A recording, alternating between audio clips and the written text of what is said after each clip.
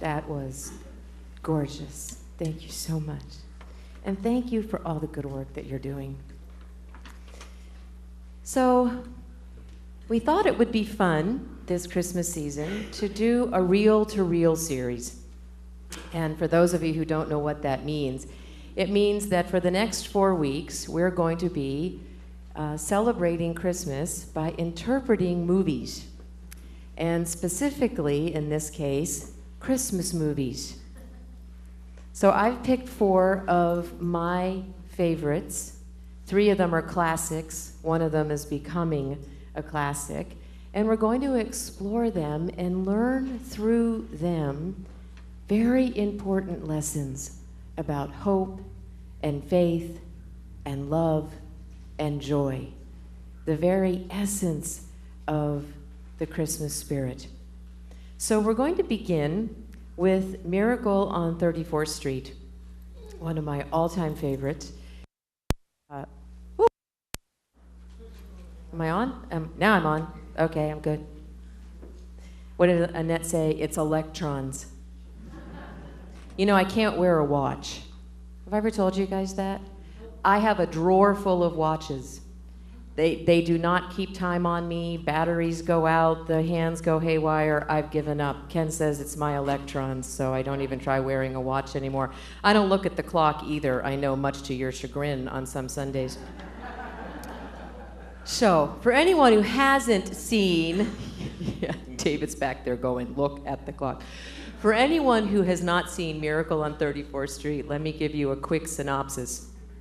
The movie begins with a whiskered old man discovering that the actor hired to play Santa Claus for the Macy's Day Parade is drunk. And he goes to the woman who's in charge of the parade and brings this to her attention. And her name is Doris Walker. Being a very no-nonsense practical woman, as she is, she hires this Santa Claus lookalike on the spot to play the Santa Claus in the parade. He does such a good job that they quickly recruit him to be the Santa for the Macy's Christmas season. So, while he is hugely successful, not only is he a great Santa, not only do the kids love him, but the parents love him. One of the reasons the parents love him is because if Macy's doesn't have a toy, he sends them to Gimbel's.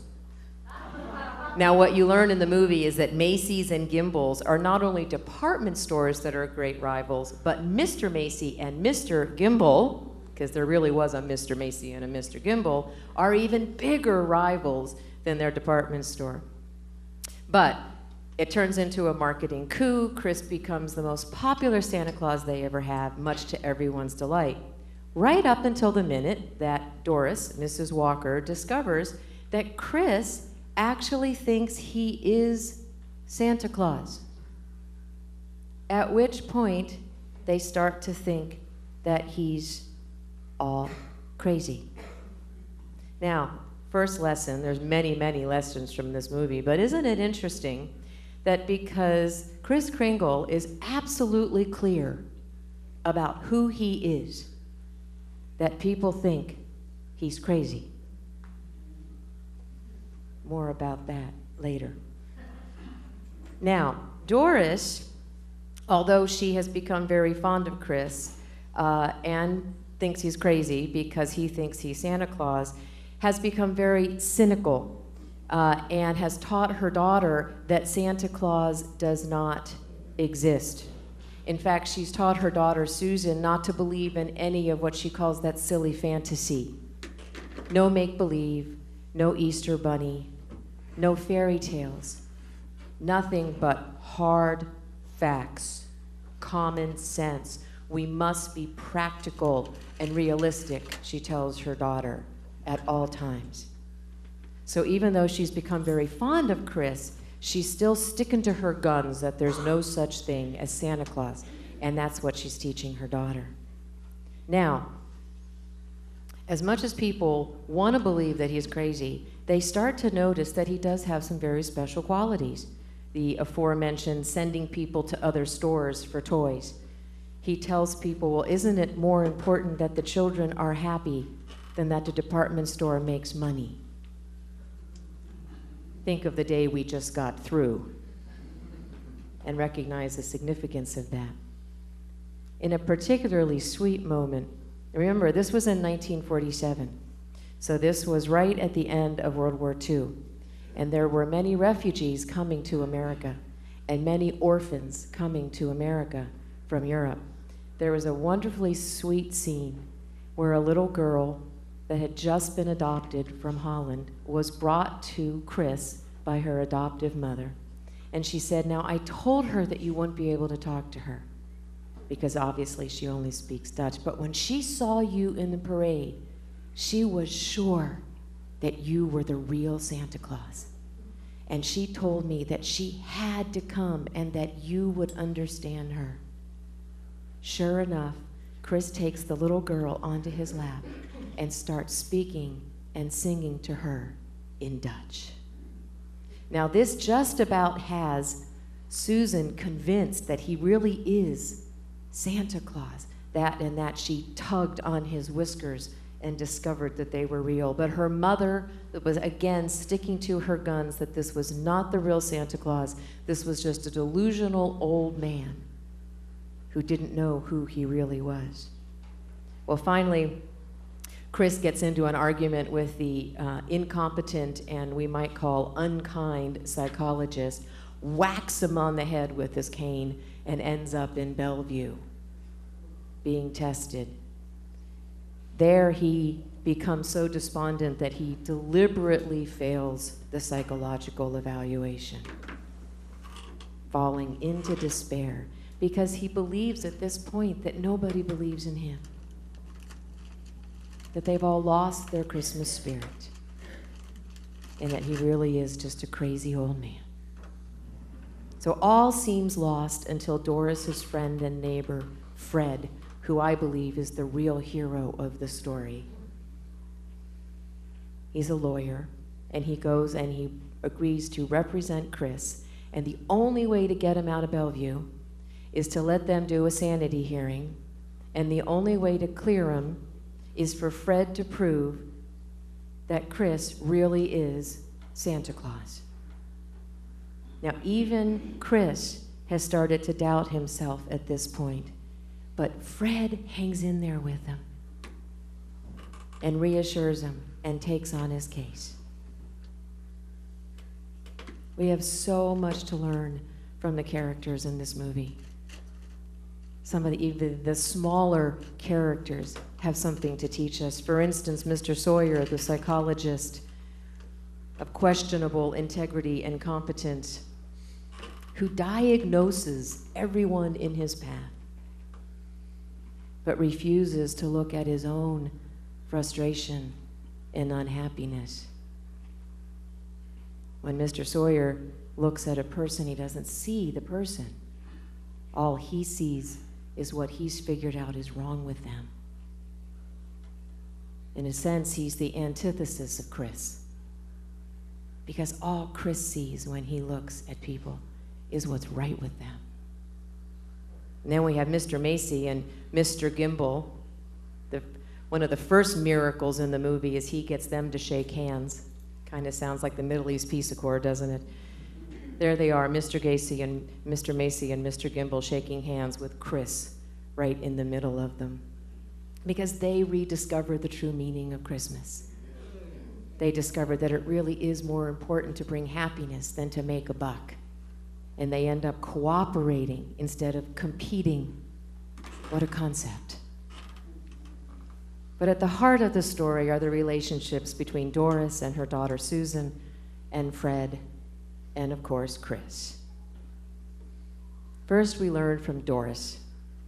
In a little bit of exposition, we learn from both Doris and her daughter Susan that Doris had divorced Susan's father when Susan was just a baby. And we get the definite feeling that it was a bitter divorce, given how cynical and how angry Doris has become. When Fred confronts her about not allowing Susan to believe in fairy tales and Santa Claus, Doris says, we shouldn't have them believing in a lot of legends and myths like Santa Claus, for example. When we fill their lives with fairy tales, they grow up considering life a fantasy instead of a reality. And Susan actually says to Chris, this little Susan played by a very young Natalie Wood, she says to Chris very maturely, I've known for a very long time that Santa Claus isn't real. Whatever I want, my mother will get for me, as long as it's sensible and doesn't cost too much, of course. Doris has confused her resignation and her cynicism with the truth. She's allowed her hurt to blind her to the joy of the season.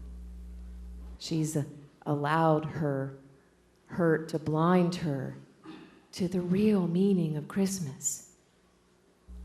And she's confused fantasy with faith. Faith in things not seen. We also learn from Fred. Fred, who comforts Santa Claus by telling him, oh, don't worry about Doris, she hasn't believed in anything for years. And confronting Doris when she gets angry with him for daring to support Santa Claus. She says, you're going to ruin your career. They're going to think you're that crazy lawyer. Now, I love my friend Cass, but it is kind of an oxymoron. She said, they're going to think you're that crazy lawyer that defended, you just get that? Did you just get that? Yeah.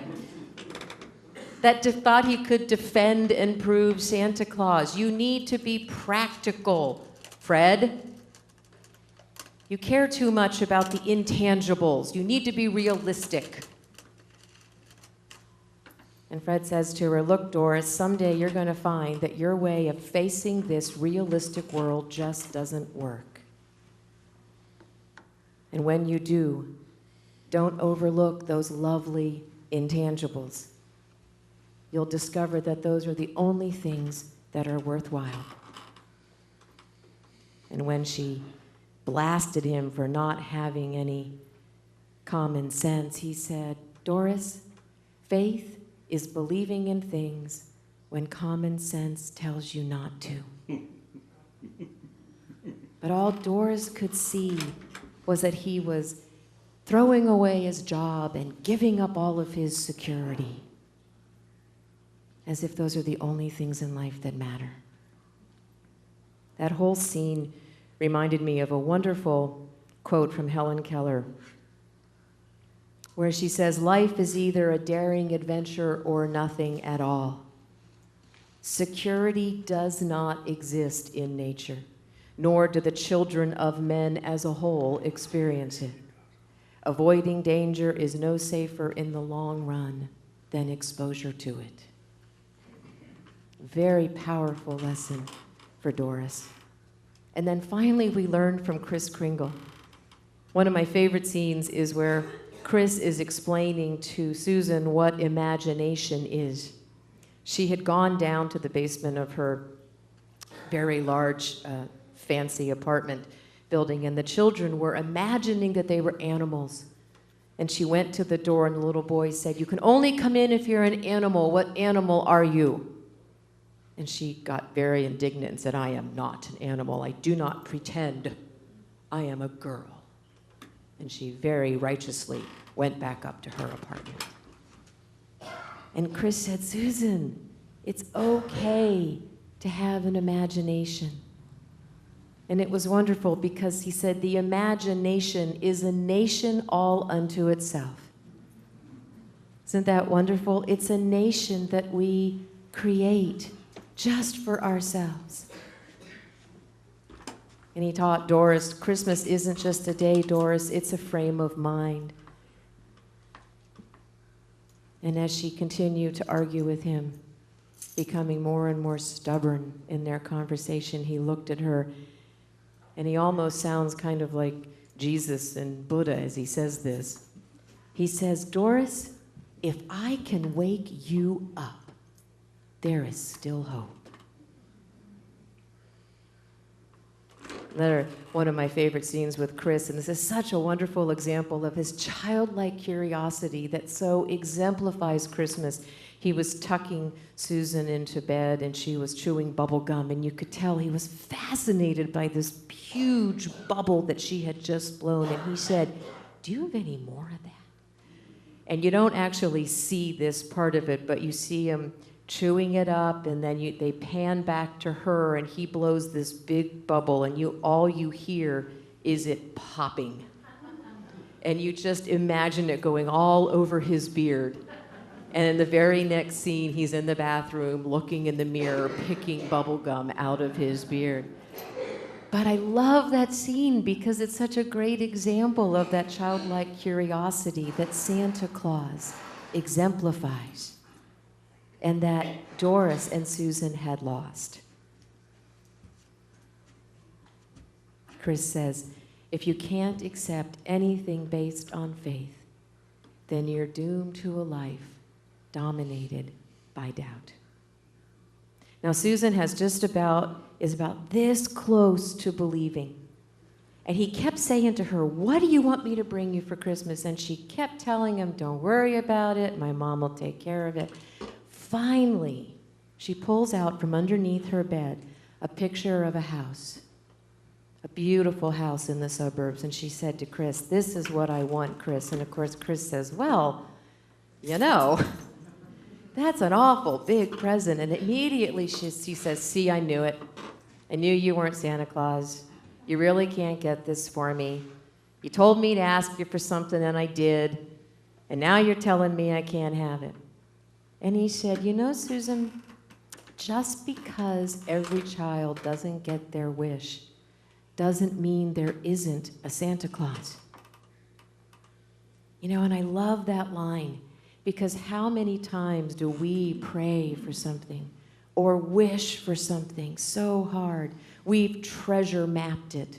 We've made the list. We've affirmed it. We've intended it. And it doesn't happen. And we think, A, we must have done something wrong, or B, there isn't a God. Those seem to be the two defaults. But what Chris is telling her is, no, just because you don't get everything you wish for doesn't mean there isn't a Santa Claus. Just because we don't get everything we want doesn't mean there isn't a loving God. I cannot tell you how grateful I am for my prayers that have not been answered. Think about it. And it's funny because he actually gave her one of those examples. Again, this was right after World War II, and he said, "But Susan, think of all of those children that are asking for B-52s. Right? Just because we don't get what we wish." Now, another interesting lesson from the movie is that sometimes even Santa Claus needs help. Sometimes even Santa Claus gets discouraged.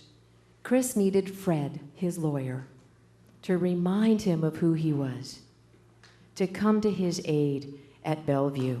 Because he said to Fred, and this was actually a very funny line, he said to Fred, Mr. Sawyer, that was the psychologist who was really nasty, he said, "He's vicious and mean-spirited, and he's called normal.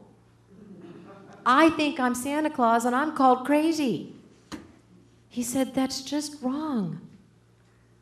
And it was wonderful because Fred agreed with him and affirmed who he was. Everybody needs somebody. Chris needed Fred at that point, and Fred was there for him. So we get to the wonderful court scene where they call up the prosecutor's son to affirm that there really is a Santa Claus. And when they demand proof in the final hour, at the 11th hour, the post office brings in bag after bag after bag of letters addressed to Santa Claus, proving beyond a shadow of a doubt, because the post office was an arm of the government, that Chris was the real one and only Santa Claus.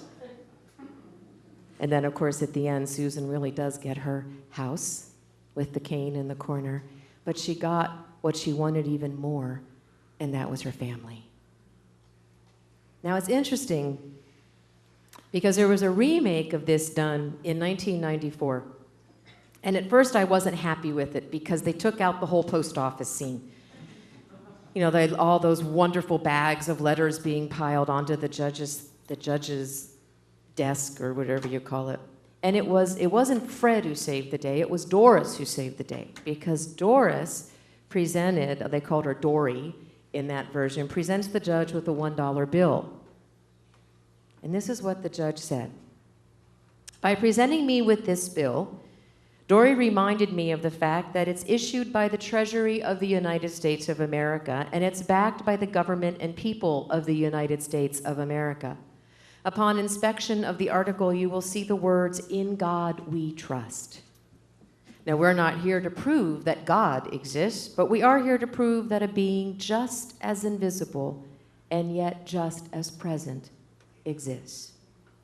The federal government puts its trust in God. It does so on faith and faith alone. It's the will of the people that guides the government, and it is and was their collective faith in a greater being that gave and gives cause to the inscription on this bill. Now, if the government of the United States can issue its currency bearing a declaration of trust in God without demanding physical evidence of the existence or the non-existence of a greater being, then the state of New York, by a similar demonstration of the collective faith of its people, can accept and acknowledge that Santa Claus does exist, and he exists in the person of Kris Kringle. At which point they flew open the windows in that version and yelled out to the thousands and thousands of people waiting in the streets, "The state of New York says Santa Claus exists." It was a very happy ending. So, are we willing to believe without demanding physical evidence? And what do we have faith in? Are we willing to believe in the innate goodness of one another, and in a loving God, and in a benevolent universe? Are we willing to let go of the past, as Doris needed to do, to forgive, to learn to love again?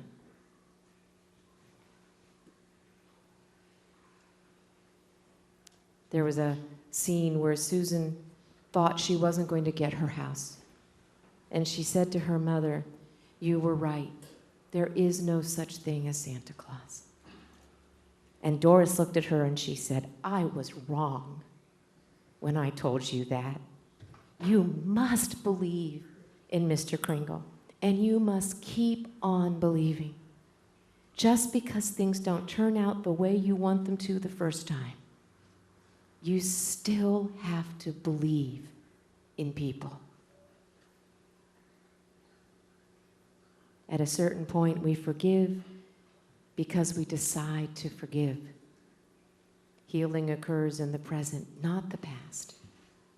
We are not held back by the love we didn't receive in the past, but by the love we're not extending now. That's the very powerful lesson of Miracle on 34th Street. Debbie?